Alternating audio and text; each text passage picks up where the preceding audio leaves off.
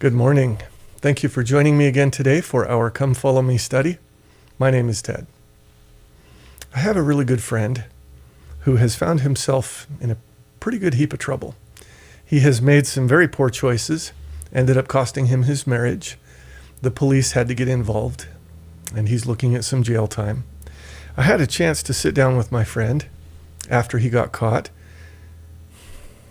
and I don't think I've ever seen him so humble. He's reacting the same way most of us react when we find ourselves caught by our own foolishness. He's reaching heavenward very sincerely, seeking some deliverance. He's trying really hard to turn this ship around, but he's to the point where it's too late. I appreciate watching this third party. I love my friend, and I don't wish bad things to happen to him, but this is, he did this, he owns this, and he's going to have to pay the price for this. There's nothing I can do about it. I can't turn it around for him. I can't fix it. He's in deep enough that he's got to ride this thing out. But I appreciate being able to watch from my perspective, because all of us do foolish things sometimes. All of us allow what we know to be true to slip a little bit. All of us get into trouble on our own levels. And nobody starts out looking at destroying their lives and really creating havoc for all of their loved ones. We start with just little steps, little things that tend to mound up. And if we don't true the course early on, then we find ourselves eventually, inevitably, where my friend is, where there's not a whole lot of options for him. He can't change this. And it breaks my heart. I don't want him to hurt, but I do hope that this opportunity helps him to choose better from here on out. He'll get through it eventually. He'll find his way through someday. And I'm hoping that he is able to land on his feet afterward. Today, we are going to be studying about one such individual, remarkable promise, tremendous promise, who allowed himself to slip on some of the little things. And he didn't true the course either, and he ended up losing pretty big. We're going to be studying about David as a king. As a boy, he was a hero, defeating the giant, being true to his leaders, faithful in every way. As a king, he has stumbled. The lesson says, sometimes we look at people who seem strong in their faith and we assume that they are unaffected by temptation. David's tragic choices, described in 2 Samuel 11, clearly show that this isn't the case. Consider what lessons you can learn from his experiences. Questions like these might help you while you study. First, what choices did David make that led him down an increasingly sinful path? What righteous choices could he have made instead? 2, how has the adversary tried to lead you down sinful paths? What choices could you make now to stay spiritually safe? 3, note David's reaction to Nathan's story in 2 Samuel 12. What does his reaction suggest about how David viewed himself? What has the Lord done to help you see yourself more accurately? And finally, how would you summarize the events of 2 Samuel 11 through 12 in one sentence warning? That's a good one to think about. Reading about David's bad choices could lead you to learn about the dangers of pornography and sexual sin. A good resource for this is For the Strength of Youth, a guide for making choices, especially the sections titled What to Do in the Moment and Your Body is Sacred. Maybe you could look in that resource for counsel that would have helped David make better choices. Or you could read Jesus Christ Will Help You, looking for something that would have helped David return to the Lord. Just as the lesson suggests, all of us can benefit from studying this moment in David's life that was not one of his shiniest, probably because all of us will face temptation at different types throughout our lives. Now, most of us are very aware of what David did here. He was on his roof, he saw a woman bathing, and honestly, I don't care who you are. Anyone running across something like that accidentally will probably have a hard time getting that image out of their head. So I don't really hold that against David. Part of his problem was that he wouldn't stop thinking about it. And then he decided to act on it. And then he got into trouble and he decided to try to cover his actions. This is the story that we're going to read. But it all boils down to 2 Samuel chapter 11, verse 1, if you really want the truth of it. Look at what happens in the very first verse of this account. This one breaks my heart. Verse 1, "And it came to pass, after the year was expired, at the time when kings go forth to battle, that David sent Joab and his servants with him, and all Israel, and they destroyed the children of Ammon and besieged Rabbah. But David tarried still at Jerusalem." The very first thing we learn in this account is that David wasn't even supposed to be in Jerusalem. This breaks my heart, because how many of us are guilty of that exact same crime of not always being where we are supposed to be? Now, as sins go, if you want to rank them, not going forth to battle, but instead sending his general, that's probably not a lose your eternal salvation type of sin. In fact, some people would argue it's not even a sin, it's just laziness or whatever reason he had for not going forth to battle. David opted to tarry at Jerusalem. He wasn't supposed to be there.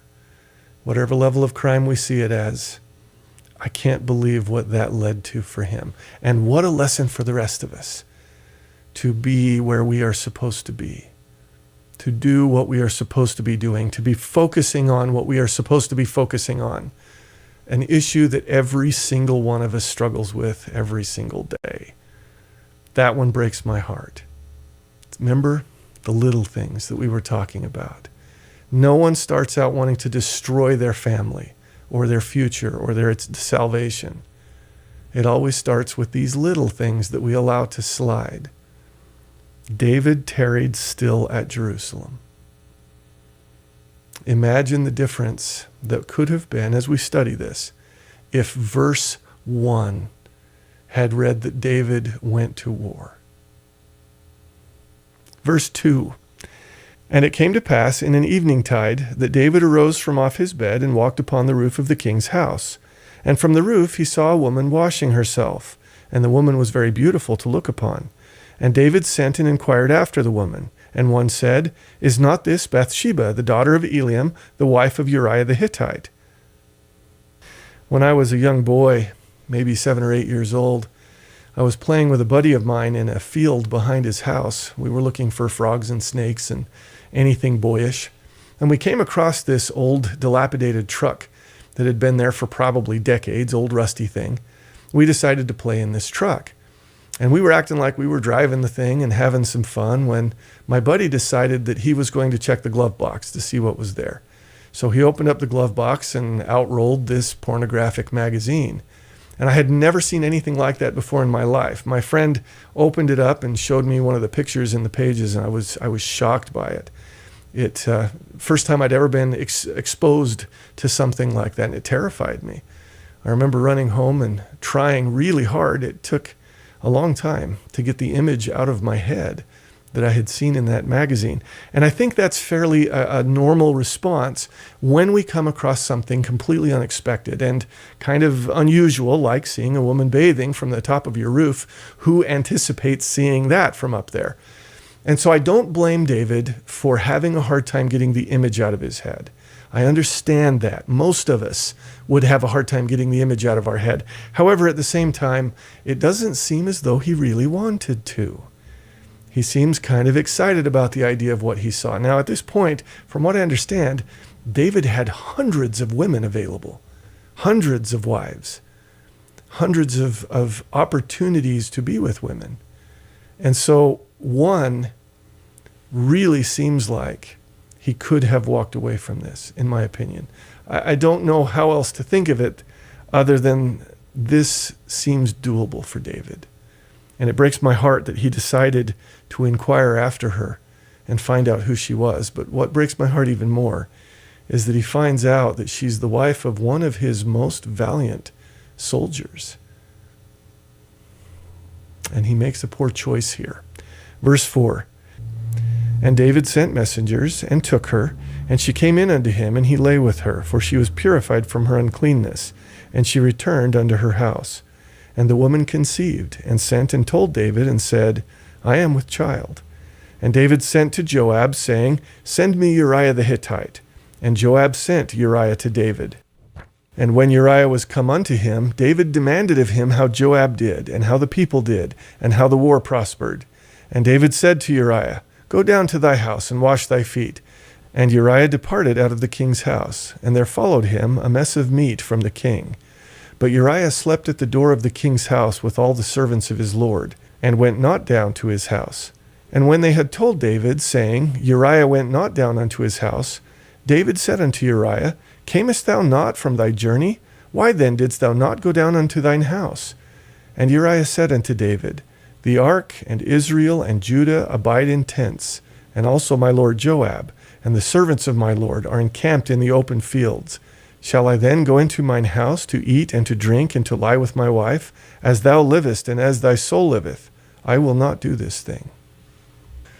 The contrast of these two men is striking. David got complacent, decided to stay in Jerusalem when he should have been at war. He is enjoying the luxuries, the food, the time with his wives while he is at home and his men are abroad. David is trying to trick Uriah to get him to spend time with his wife so that Uriah will think that her child is his child. It's quite a ploy that David is trying to employ here. But look at Uriah's goodness. Look at his integrity. He refuses to go home and to have any comfort and any pleasantry at all, because his men, his people, that where he should be, they are struggling and they are not comfortable, and he refuses to have that in his own life. The contrast is astounding here. And it's reminiscent of when David was this also, when he was so true, when he was so stalwart. He has clearly let go of the little things, or let them slide anyway. He has allowed himself to get complacent in his comfort and in his status. This is what happens to people. When life gets better, we tend to take life better, and we forget the blessings, the goodness that's out there. We tend to forget what really matters. David and Uriah could not be more opposite here. But David is not done trying, so he takes a second stab at it. Verse 12, "And David said to Uriah, Tarry here today also, and tomorrow I will let thee depart. So Uriah abode in Jerusalem that day and the morrow. And when David had called him, he did eat and drink before him. And he made him drunk. And at even he went out to lie on his bed with the servants of his Lord, but went not down to his house." And so David finds himself in a pickle. He's done some wrong. He doesn't want to get caught. He's trying to cover his tracks, and he can't get the better route to take. So he tries something even worse. And this is the part that really breaks my heart for David. Verse 14, "And it came to pass in the morning that David wrote a letter to Joab, and sent it by the hand of Uriah. And he wrote in the letter, saying, Set ye Uriah in the forefront of the hottest battle, and retire ye from him, that he may be smitten and die. And it came to pass when Joab observed the city, that he assigned Uriah unto a place where he knew that valiant men were. And the men of the city went out and fought with Joab, and there fell some of the people of the servants of David, and Uriah the Hittite died also. And when the wife of Uriah heard that Uriah her husband was dead, she mourned for her husband. And when the mourning was past, David sent and fetched her to his house, and she became his wife, and bare him a son. But the thing that David had done displeased the Lord." As I study this account, I can't help but try to put myself into David's shoes just a little bit to get a feel for what was driving his decision-making, why he would do something like this. Part of me can see how this happened. I can see why he would have a hard time getting that image out of his head. I can even see why he stayed in Jerusalem rather than going away to war. These things make sense to me. I can see him accidentally seeing her. I can see all of that. I can see, I guess, him trying to act on what he couldn't get out of his head. That one takes it to a level that starts to hurt me to think about. But the more I think of all of these things that fell into place and what happened here, I start to see something else that resonates with me and is kind of a warning to me. If you remember, David came from extremely humble beginnings. He was this poor shepherd's boy. His job was to watch his father's sheep. They didn't have much. He even said it when he was anointed to become king. He was like, man, we have nothing here. Then he becomes king, and he changes social classes, if you will. He goes from being an absolute nobody that no one knew or gave any, not even the benefit of the doubt to being king over all of Israel. What can a king not have in his kingdom? Does he not have access to just about any desire of his heart at his whim? This scenario bodes poorly for people who are in it. And this is where it starts to worry me a little bit. You and I live in a day and age where, within reason, most of the time we can have pretty well what we want. We can choose what we have for dinner or breakfast or whatever. We can choose the type of clothes that we wear, most by and large. Often we can even choose things like the kind of car we drive, things like that. We have fairly good access to most things that we would want. And when a person gets used to getting what they want regularly, as soon as they run across something that they shouldn't have, they struggle with not having it. And I don't know if that makes as much sense to say it out loud as it makes in my brain, but this is a worry for me, because I am in a circumstance where quite often I can have what I want, mostly within reason. I'm not ever going to be a trillionaire, and I'm not going to own a yacht or anything like that. But honestly, I'm not really looking for a yacht.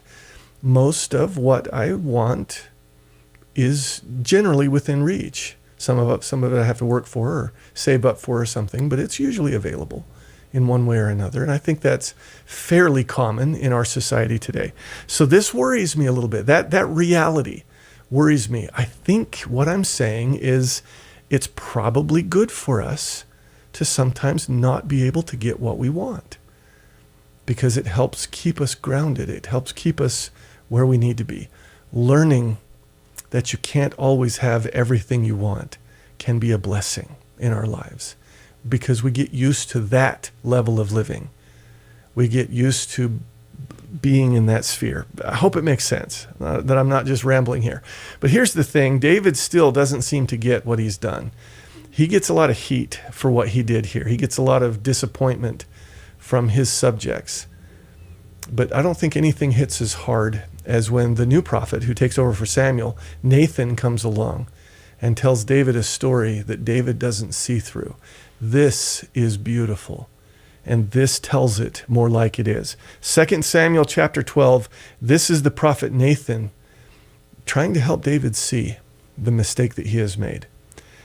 Verse 1, "And the Lord sent Nathan unto David, and he came unto him and said unto him, There were 2 men in one city, the one rich and the other poor.